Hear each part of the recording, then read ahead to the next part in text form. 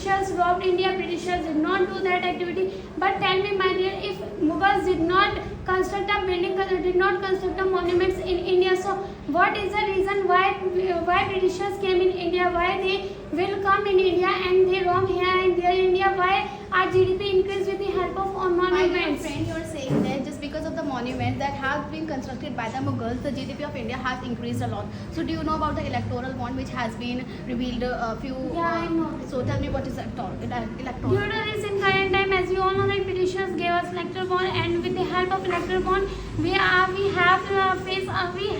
a lot of capability and we have lot of facility. With the help of them, we are able to do anything in a few seconds or few minutes. This is the GDP of India has been increased a lot by the monuments, by the visiting of the foreigners and also the Indian people. So why is India under the loan of crores of rupees?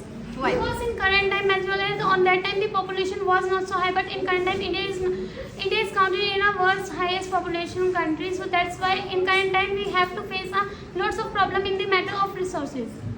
My dear friend, it doesn't matter how what is the population of India. Matter it's where is the GDP going? If it is coming, so where is it going? Even the government is not constructing. Okay, listen to me.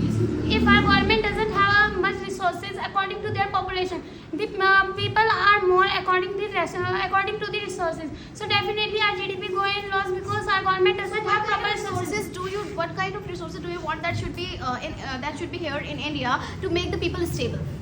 According to me, first of all, our government need to give employment to every person, because in current time the people are educated but they face unemployment and unemployment. This is the biggest reason. If everyone is employed in current time, so definitely our GDP is increased.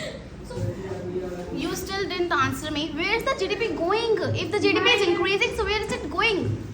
Yeah, I asked this thing, if our population is too high